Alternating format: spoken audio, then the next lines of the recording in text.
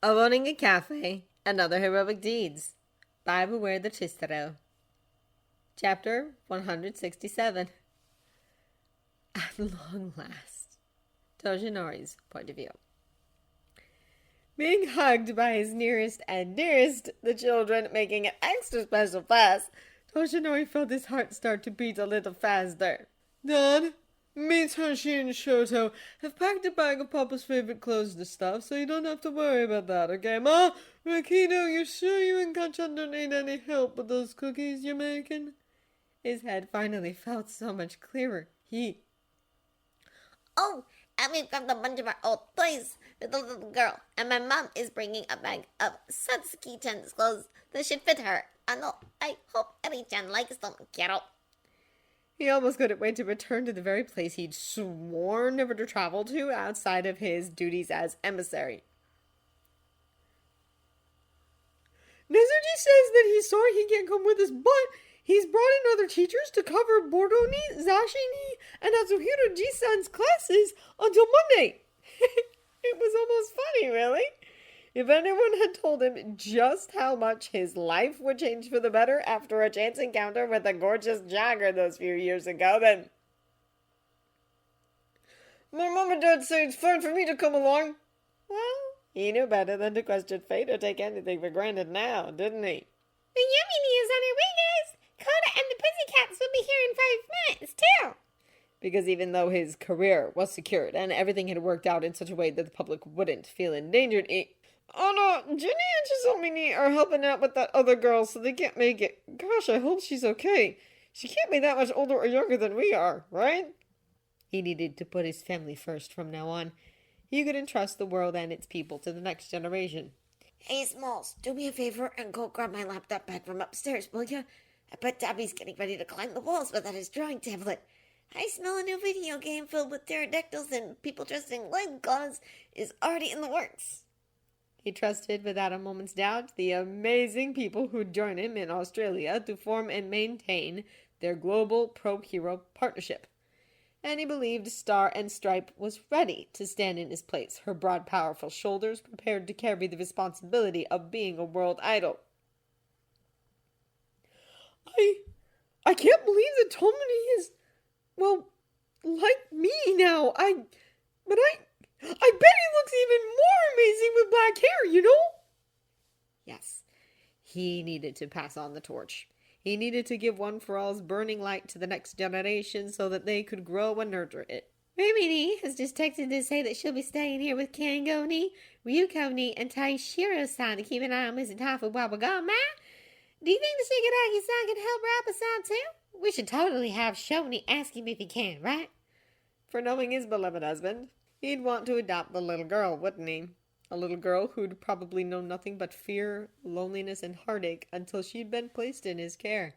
I can't believe we're finally going to New Eden! Is it, I don't know, a little wrong that I'm really super incredibly excited? And he'd be with Shota, her, and Nato every step of the way on her journey to recovery. He'd make sure the same amazing, compassionate therapists who'd worked with his son, Hitoshi, Izuku, and the Himura children were made available to her. You just want to take selfies with dinosaurs, don't you, Deki-kun? Together, they'd also make a bedroom, a play area, and a home that she'd love. They'd bring her into the community and shower her with all the affection, siblings, aunties, uncles, and grandparents she could ever need or want. What? No! Although, that'd be pretty awesome, huh? You really couldn't wait to meet her? Grinning at the assembly of Shota's dearest friends, their wary expressions something he'd anticipated, Shigaraki gestured for a second Kirogiri to stand next to him. My goodness! He chuckled, his hands gesturing toward them.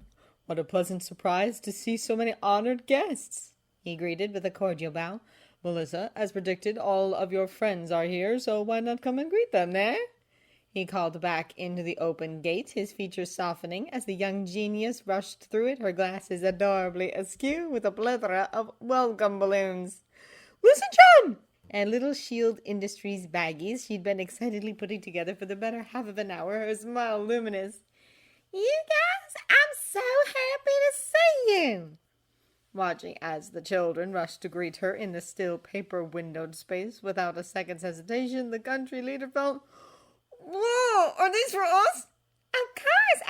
I'm beyond happy that you could all come for a visit, so I wanted to, greet you properly, even in the, circumstances aren't that great. Oh, but I see Shoni. My dad's with him and every child right now, so please don't worry, okay, everyone? Well, he supposed parental pride wouldn't be too much of an exaggeration, would it? God, that's a relief. I bet.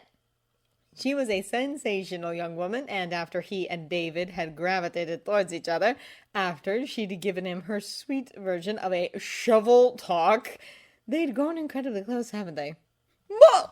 Listen, John, are you sure it's okay for all of us to have such fancy watches for free? They're more than just watches, Mirio-senpai. These are smartwatches filled with an AI me and my dad made. See? They'll guide you around New Eden, let you talk to each other over distances, and allow any Kurogiri to get to you quickly if you need anything or want to go home before Monday. And, we've got one for everybody, of course, but, all of yours have cute little cat-eared frames around the plexiglass faces because I made them personally for each of you, you know? I hope you like the colors I picked. I tried to get balloons to match, too. Whoa! This is so heckin' nice of you! Listen, John! You're so sweet. Come here. And to think that Garaki had said they'd be too old for balloons and gift bags. They all looked positively thrilled by them, didn't they? I'm never taking mine off! Thank you. Not so! Stop trying to feed Tamaki-kun the helium from your balloon. It was wonderful to see her being fawned over, wasn't it? Perhaps he'd been a little too hasty to state his displeasure at the thought of her returning to Japan to attend UA next year. I'll save you, Thomas-senpai. He'd not seen her laugh like this since the last time they'd visited, had he? Aw, you guys are no fun. Oi! Settle down! I'm trying to give Melissa some cookies here. Sorry, Gachan. Perhaps Toshinori wasn't the only person who needed to shape up when it came to looking after their family. Well then, shall we be making our way, He called, his words causing the children to snap their attention back to him, the group adorably sharing out some delectable-smelling biscuits that Oh, thank you, my boy. He was beyond surprised to find were offered to him.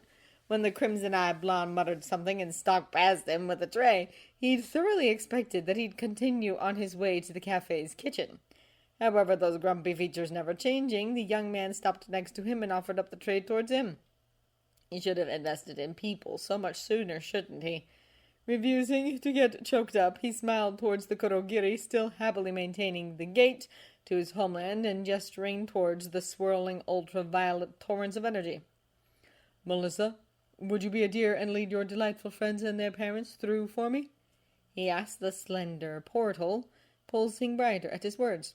You'll find refreshments on our newly created tourist information boards waiting for you on the other side. However, I hope you won't mind waiting just a little while longer before seeing our Shotoku, he asked, his eyes moving to his former nemesis.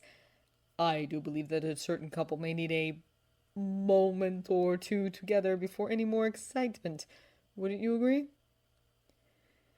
Watching as Atsuhiro and Mirai dutifully followed a beaming Melissa into the living void, the rest of the pros encircled the children, their mothers, and Mimi-chan with her girls just to be safe. And over their communal chatter, curious murmurs, and general words of relief, the number one pro continued to regard Shigaraki in the growing quiet spanning between them. He was still looking at his cookie in awe, wasn't he? Maybe he'd been wrong to say that he hadn't changed. And as he continued to watch him, Seiji, Tadeo, Takeo, and Naoki stood in a line before him, their expressions resolute, their shoulders straight, and their eyes locked with his blinking ones. Just in case we don't get the opportunity to say this later, sir, the dojo owner stated, the youngest of the golden-eyed twins, standing directly before the country theater.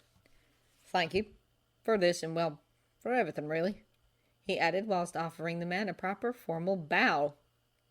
Smiling when Oliver went nearly bogged, the slightest tinge of a blush touching his cheeks, whilst the other young men similarly bowed and gave their thanks.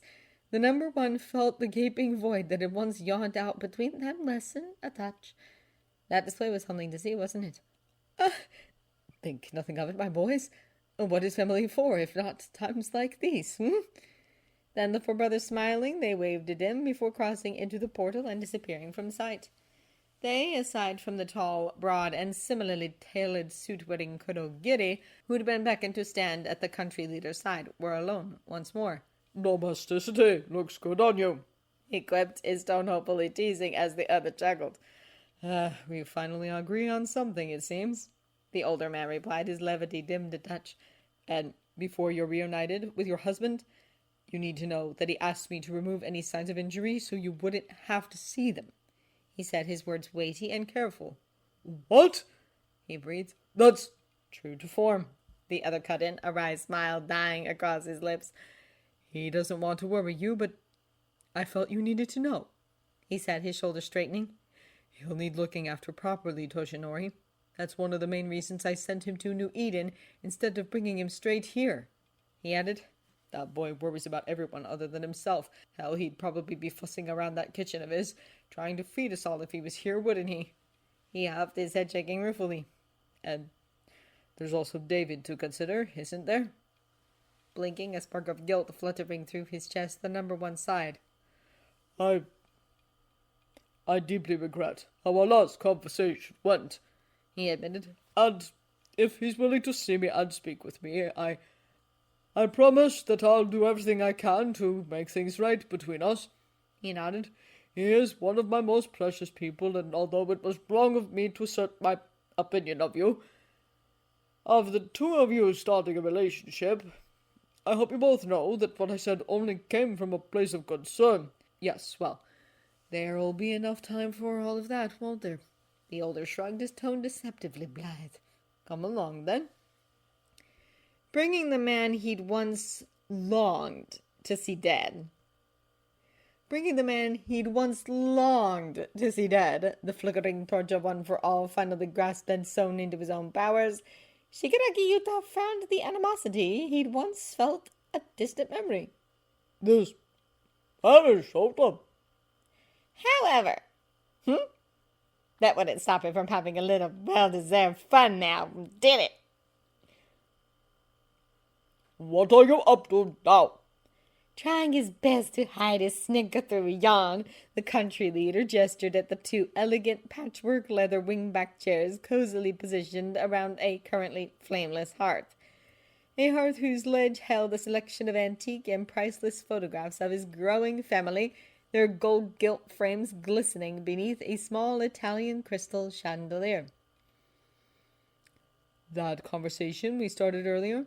He mused, his body slipping into his preferred chair with a sigh, the hero carefully doing the same as he warily looked about the dove-grey walls, dotted with fancy artworks and tapestries, his keen gaze no doubt spotting the varnished oaken door behind him.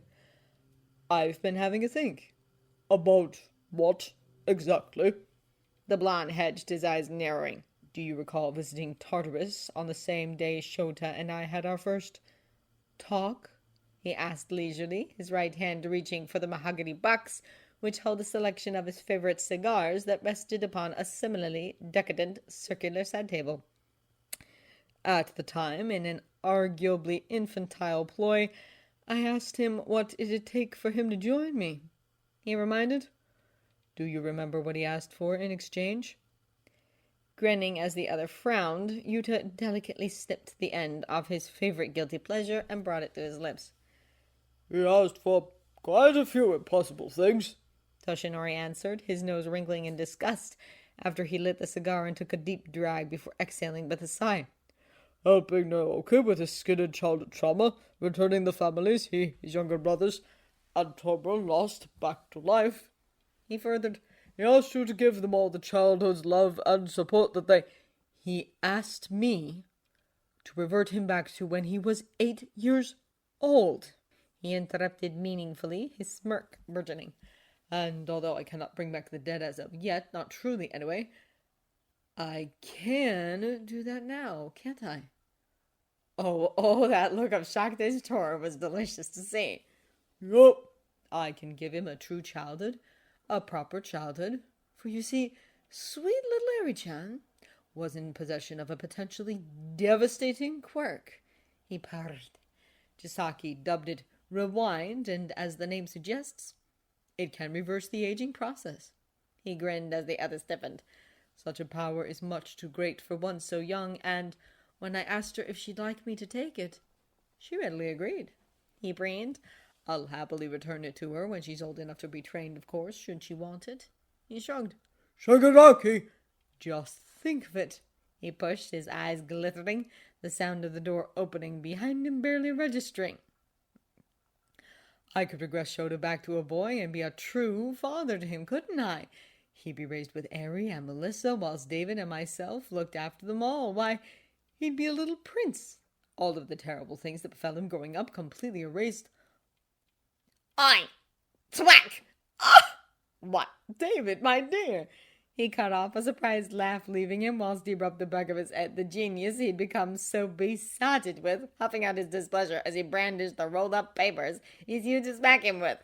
I was only teasing, that's all, I swear. Almost sagging in relief as the first love he'd ever known stood over one of the greatest threats the world had arguably faced, his posture completely at ease, Yagi Aizawa Toshinori could have whisked him into his arms and hugged him fiercely in thanks for his intervention if things were better between them. Yuta, you're impossible. The brunette sighed, a soft smile playing across his handsome features, regardless of him having leveled the wrath of whatever papers he'd been holding against a man who could quite easily murder them all with little effort. He really didn't want to think about that now. Oh, you'll let this old man have his fun, won't you? There's no harm done, right? The ivory-haired mastermind grinned. No harm, he says. The American chuffed, his head shaking before he finally looked toward him. Toshi, come with me, he said, a smile tugging his lips. Nodding, the number one was stood and walking towards him, his booted feet stopping when he reached them both. There are no words, really. He tried, his face turning from one man to the other. Thank you. He breathed. Dave, I'm so sorry that we... Hi, the shorter male soothed. Let's make some time to catch up later, okay? Melissa is so excited to know you'd all be staying a few days, and regardless of the circumstances that have brought us back together today, I think we all needed this. He affirmed, a hand patting his bicep. But first, your husband and an incredibly lovely little girl have waited long enough to get all of your attention. Wouldn't you say? Swallowing thickly, he gave a quick, stiff bow towards Shigaraki and hurriedly followed his dear friend out of the small, stunny, carpeted corridor, a few steps, and to a closed door. Then after a beat, These are better than apples. he was inside a large, lavishly decorated bedroom. Katsuki and Rikito are going to run me out of the cafe business if they keep begging like this, huh? Where sat on a bed close to the size of the futon he and his husband shared back in Musatafu. Sure. Was the raven-haired beauty he'd given his heart to. The man swaddled in soft velvety loungewear alongside a cherub-like child, whose eyes widened at the sight of him, stood stupefied in the doorway. Papa, is that... Toshi. Moving at a speed that disturbed even the heavier oaken furnishings in the ornate chamber, Toshinori hadn't realized he was crying until he knelt at the bed's side, his partner having met him halfway as David quietly snuck in to cuddle Ari and walk her out of the room. I'm sorry. I'm... Shh. Those strong, wonderful arms wrapped around his shoulders as he pressed his face into the younger man's midsection and breathed him in. I love you. I love you so much. Can you ever forgive me? There's nothing to forgive. His lover murmured, his own breath hitching. I love you too.